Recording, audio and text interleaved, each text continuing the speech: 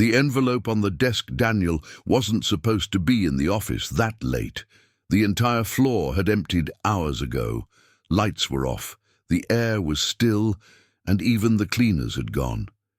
But he had forgotten his wallet on his desk and returned to grab it quickly before heading home.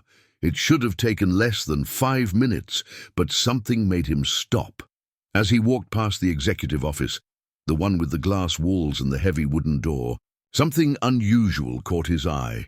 On the polished surface of Julian Blackwell's desk, there was an envelope. It wasn't tucked away or hidden.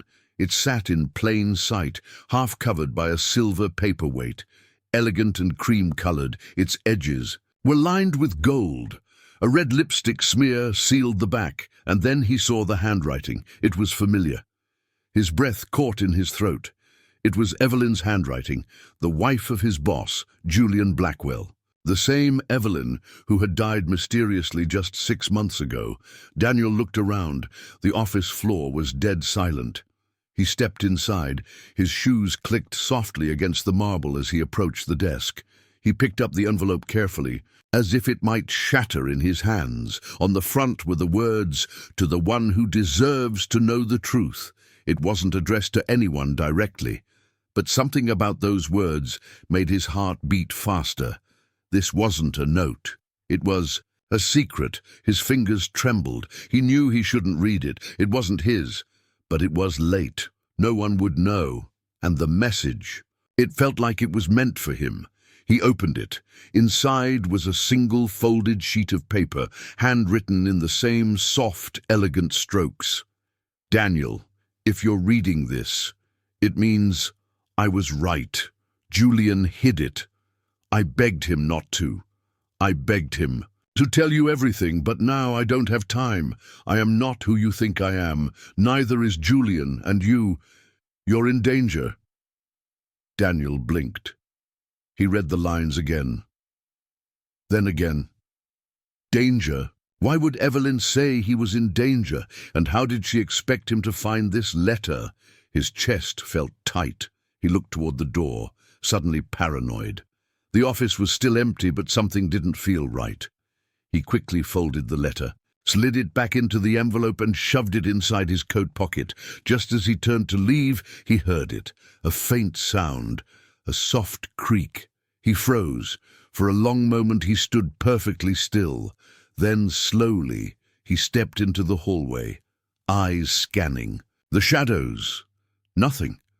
Only silence. But the chill in his spine told him otherwise. That night, Daniel couldn't sleep. The letter haunted him. Evelyn had always seemed fragile, soft-spoken, gentle, almost invisible in Julian's large, controlling presence. She would often pass Daniel in the hallways with a sad smile. He remembered how hollow her eyes had, looked even at office events, and now this. Neither is Julian. "You're in danger." He couldn't ignore it. What did she mean? What had Julian done? He tossed and turned in bed, Evelyn's voice echoing in his mind, the way she looked at him, the quiet glances. Had she been trying to say something long before she died? Was it even suicide? The next morning, Daniel reached the office early, earlier than usual. He tried to look normal, casual, as if he hadn't found anything, but inside, his thoughts were a storm. At exactly 8:15 a.m., Julian arrived. Tall, imposing, and dressed in his usual tailored grey suit, he walked straight past Daniel with barely a glance. His expression was unreadable. "Morning, sir," Daniel said politely. Julian gave a curt nod and disappeared into his office. Then Daniel heard it, the click of the lock. Julian never locked his door, not during office hours, not unless he had something to hide. Daniel's pulse spiked. He had to know more. Later that day, when Julian left for a scheduled meeting, Daniel saw his chance. He went to the storage closet, where the cleaning crew kept spare keys. He felt like a criminal, but curiosity had already crossed the line. He unlocked the office and stepped inside. It looked exactly the same, everything perfect, too perfect. But The family photo that usually sat on the shelf, Julian and Evelyn at their country estate, it was gone. Daniel walked to the drawers, all locked. He checked the trash bin. Nothing. Then he saw something near the bookshelf, a photo, torn in half. He picked it up. It was Evelyn smiling. She was standing next to someone, but the rest of the photo had been ripped violently. In the corner, a handwritten note, Blackwell Estate, 2004. Why destroy this? His phone buzzed suddenly. He looked down at the screen. Unknown number. Stop. Digging, Daniel, or you'll end up like her.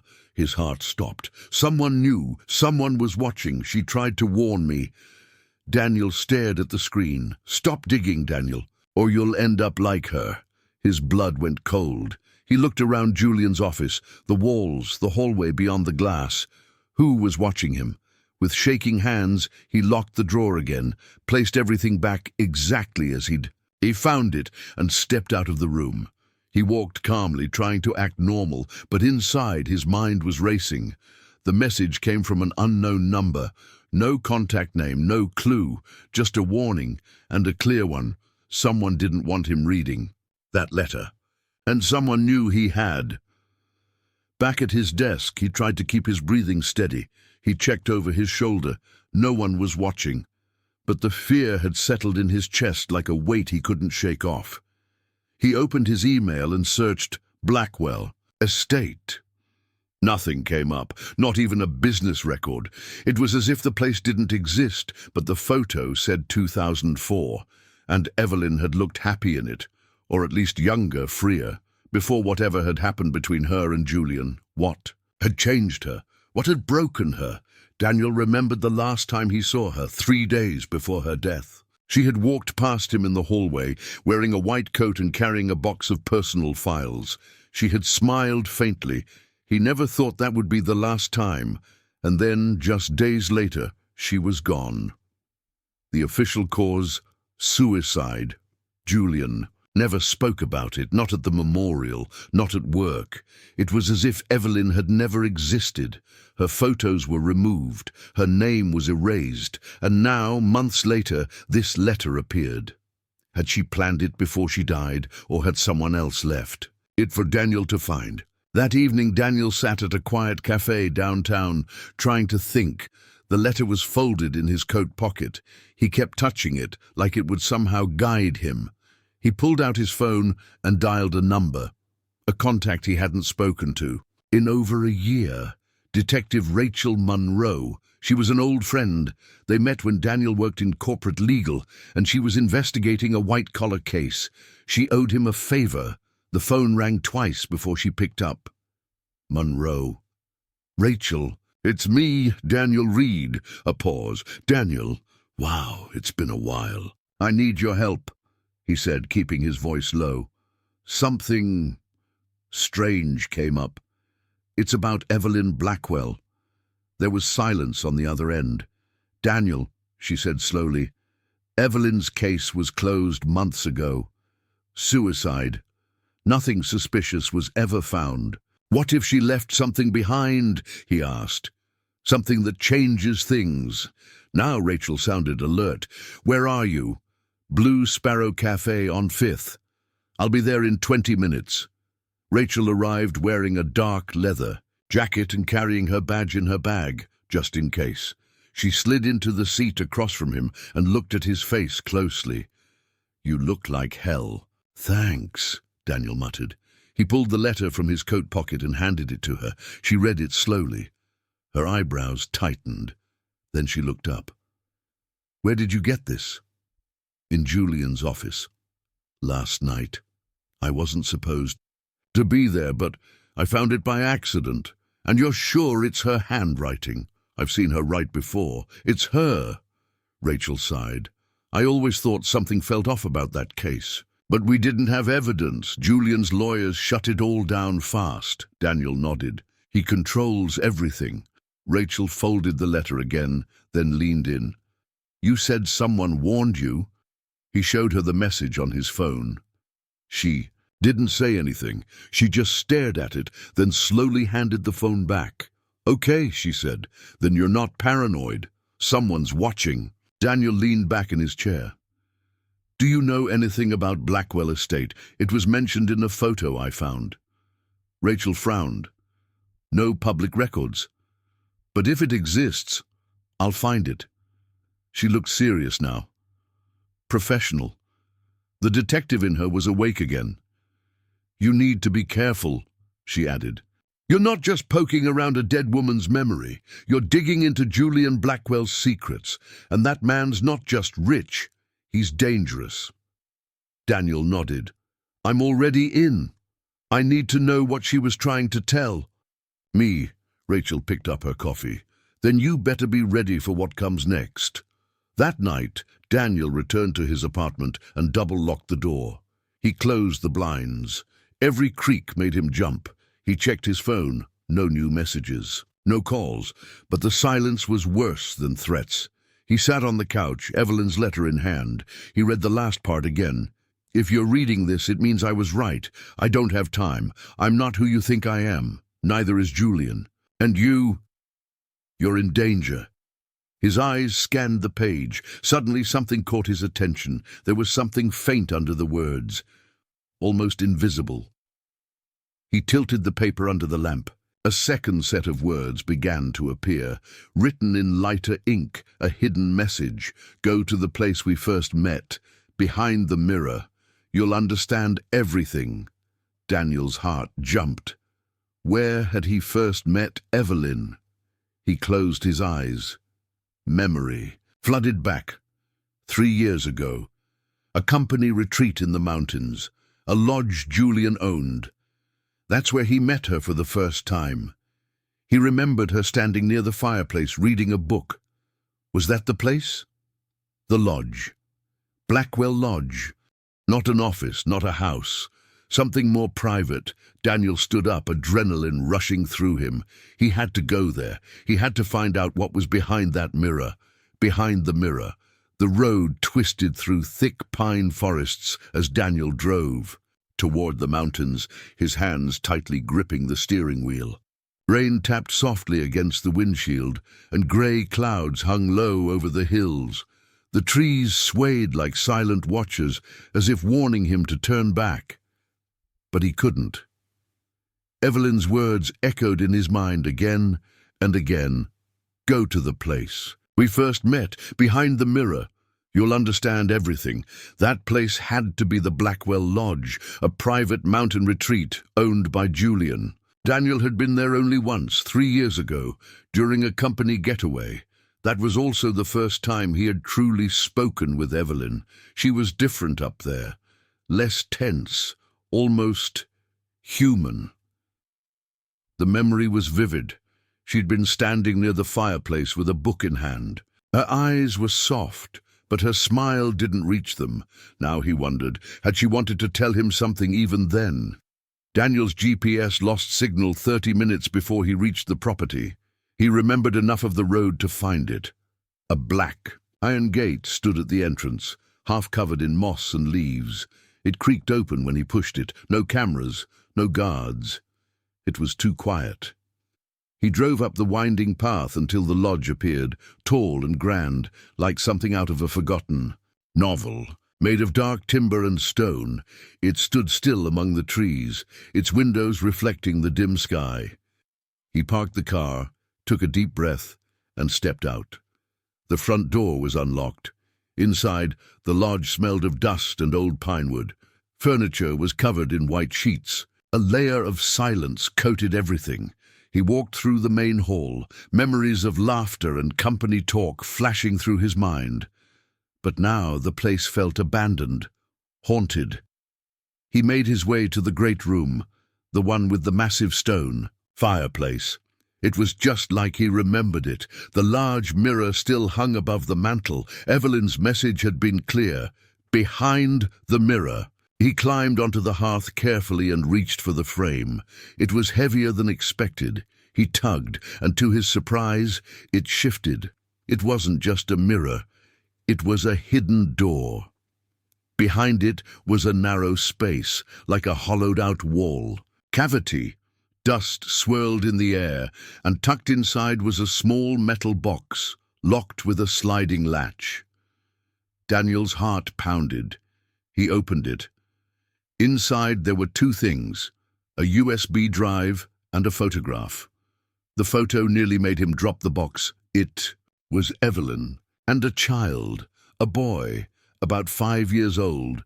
They were sitting on a bench laughing. She was holding him close like a mother would. But Evelyn never had children, at least not that anyone knew of. On the back of the photo, in Evelyn's handwriting, his name is Noah. If anything happens to me, tell him the truth. Don't let Julian raise him. Daniel's breath caught in his throat. A secret child? Julian wasn't his father? Then who? And where was the boy now? He pocketed the photo and plugged the USB into his laptop. The folder on it was named Truth. Inside were dozens of files, documents, audio recordings, screenshots of emails. One document stood out first. A scanned birth certificate. Name, Noah Evelyn Blackwell. Mother, Evelyn Grace Blackwell. Father, unknown. Daniel opened a second file. It was a recorded audio file. Evelyn's voice played softly. If you're listening to this, I didn't make. Julian doesn't know about this box. I kept it hidden here for one reason. The truth has to come out. Daniel, you were the only person I ever trusted at that office. Julian, he was never supposed to be Noah's father. He forced me to lie. He made threats. I wanted to run so many times, but I had no one. Noah was just a baby. He said if I ever told anyone, he'd take Noah from me, legally, publicly, and no one would believe me. He's dangerous. He's done things, terrible things. Daniel sat frozen. The quiet voice filled the room, filled the silence between the wooden beams. Evelyn had lived in fear, and she had died trying to protect her child. A new file opened. Automatically, an email between Julian and someone labeled R. Connors. We need to relocate the boy before she does something stupid. I don't care what she thinks. She won't survive the fall if she jumps. The timestamp. 2 days before Evelyn died.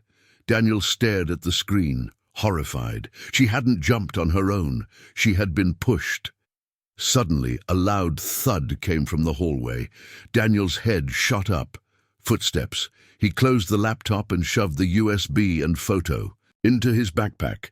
The lodge was supposed to be empty. He grabbed the metal box and quickly placed it back behind the mirror, locking it in place. Then quietly he stepped off the hearth and moved into the hallway. Another sound. Closer now. Someone was inside. He crouched behind the edge of the staircase, holding his breath. A shadow moved across the wall, then a voice, low and cold. Daniel. I know you're here. It was Julian. She wasn't alone. Daniel. I know you're here. Julian's voice echoed down the hallway like a knife sliding across glass. Calm, cold, measured. Daniel didn't move. He crouched behind the wooden staircase, every breath shallow, heart hammering so loud he was sure Julian could hear it. He clutched his backpack tightly. The photo of Evelyn and the USB with all the files were inside. If Julian got his hands on it, everything would be gone, just like Evelyn. Footsteps moved slowly across the wooden floor. Julian wasn't rushing. He was hunting. Daniel scanned his surroundings. The back door to the lodge was somewhere near the kitchen. If he could get past the next room, he might make it out without being seen. He waited. 3 seconds, then dashed silently into the hallway, slipping behind a large antique cabinet. Julian was still in the great room. Move, now. Daniel ran. He reached the back entrance and threw the door open. Cold air hit his face. He sprinted into the trees, stumbling, over roots and wet leaves.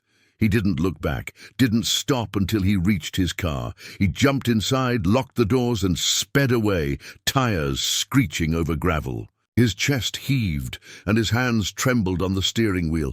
Julian had followed him. Julian knew. Back in the city that night, Daniel met Rachel Monroe in a quiet parking lot behind her office building.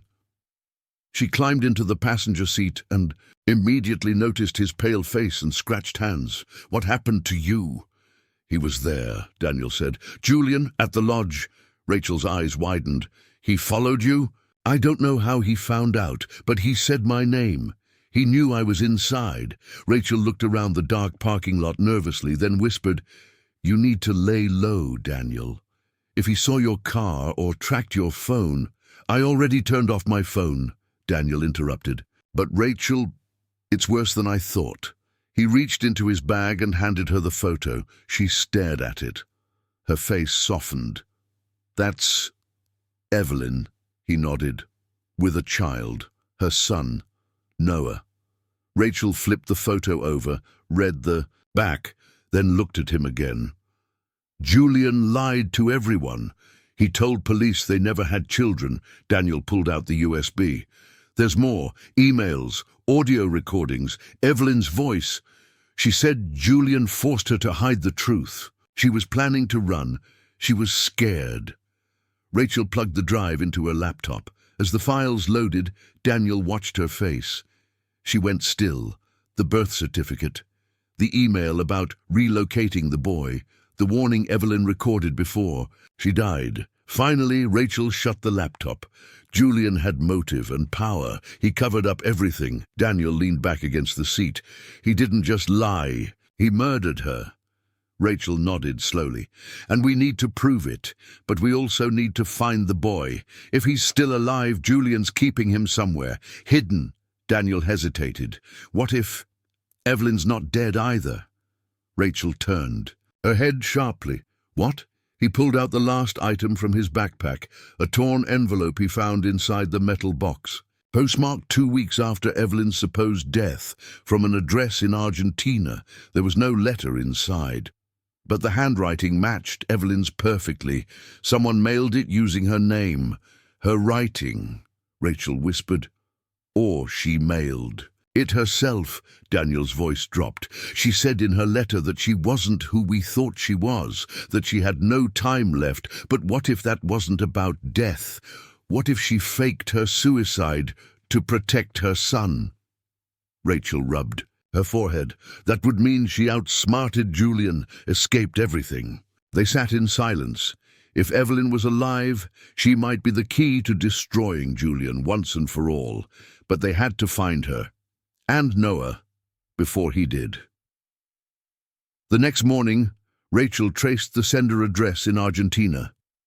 It led to a small town near the mountains, Cafayate, known for vineyards and isolated estates. No public listings under the name Blackwell. But one estate, recently purchased through an offshore company, stood out. Rachel looked at Daniel. "Want to take a flight to South America?"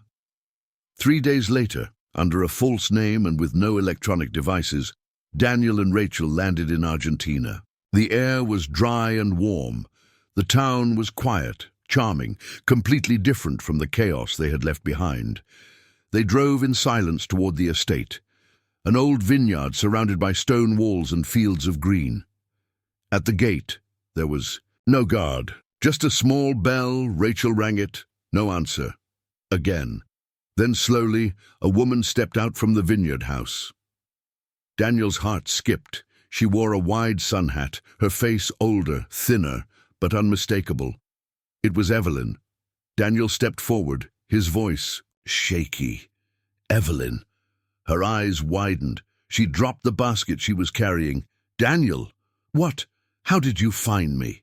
Tears welled up in her eyes. Rachel stepped beside him. "We read your letter. The real one. You asked him to come." Evelyn looked down, her lips trembling. She stepped back, gesturing toward the house. Inside, a boy peeked from behind the curtain. Dark brown hair, hazel eyes. "Noah," she said softly. "Come, say hello." Daniel stared at the boy, Evelyn's son, still alive, safe. For now, Evelyn took a deep breath. "I didn't die, Daniel. I had to disappear. Julian was going to take him. I knew the only way to protect Noah was to let the world think I was gone." She looked at Rachel. "But if you're here, it means he knows." Daniel nodded. "He followed me to the lodge. He's close. Evelyn's voice shook. Then we don't have much time. What she endured. Evelyn sat in the vineyard sunroom, her fingers wrapped tightly around a teacup. Daniel and Rachel sat across from her, silent, listening.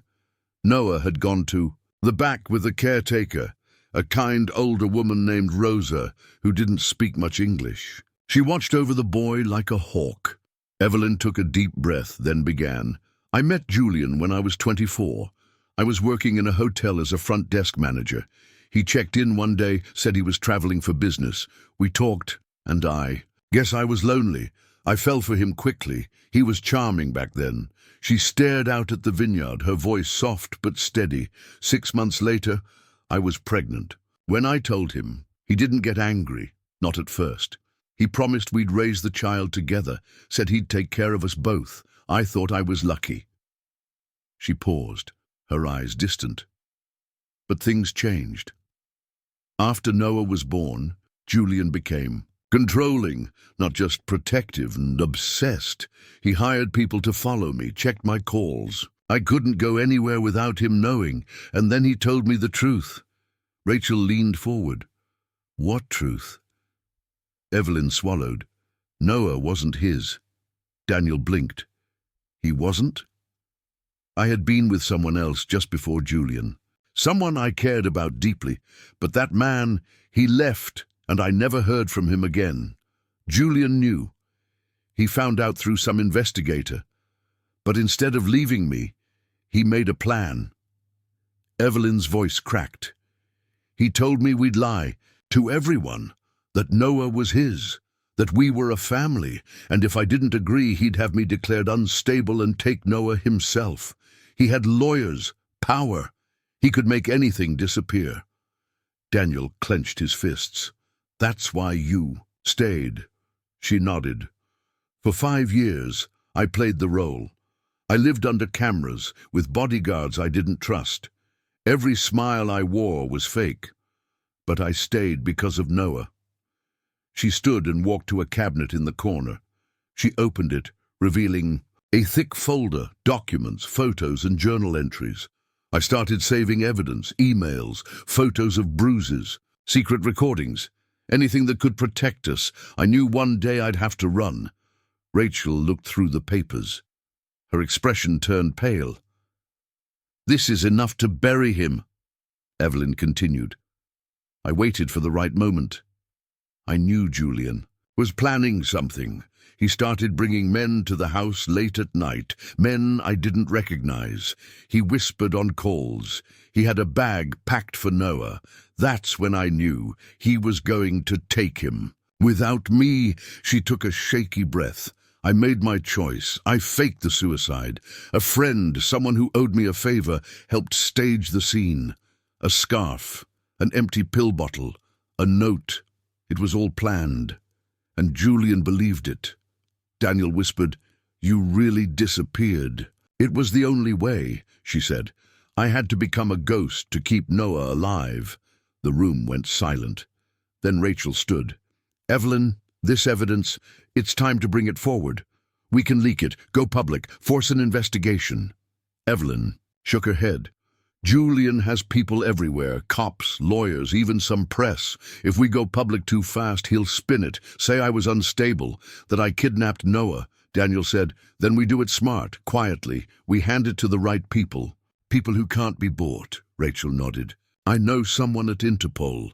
Trustworthy. If we give him everything, they'll keep you safe and launch an international case against Julian. Evelyn hesitated. I'm scared. Daniel placed his hand over hers. You've been running for too long. It's time to end this. Later that night, the three of them began organizing the files. Rachel encrypted everything on a drive and scheduled a secure call with her contact for the next morning. Evelyn tucked Noah into bed, kissing his forehead. But outside, in the vineyard shadows, a figure stood watching. The next morning, Daniel stepped out onto the porch to take a breath. The sky was bright, birds chirping, the air fresh. Then he froze. A black SUV was parked at the end of the vineyard road. Daniel's heart sank. He ran back inside. Rachel! Evelyn, he's here! They all rushed to the living room. Rachel grabbed the USB and her phone. Evelyn pulled Noah close, her hands trembling. Daniel locked the doors. "We have minutes, maybe less." Suddenly, Rosa burst in from the back, panic in her voice. "Señora, hombres en el viñedo." "Men in the vineyard," Rachel translated. Daniel looked out the window. 3 men in dark suits were walking toward the house. "Julian sent them," Evelyn whispered. "They found us," Rachel whispered. "We need to run now." Evelyn grabbed a bag she had kept ready for 5 years.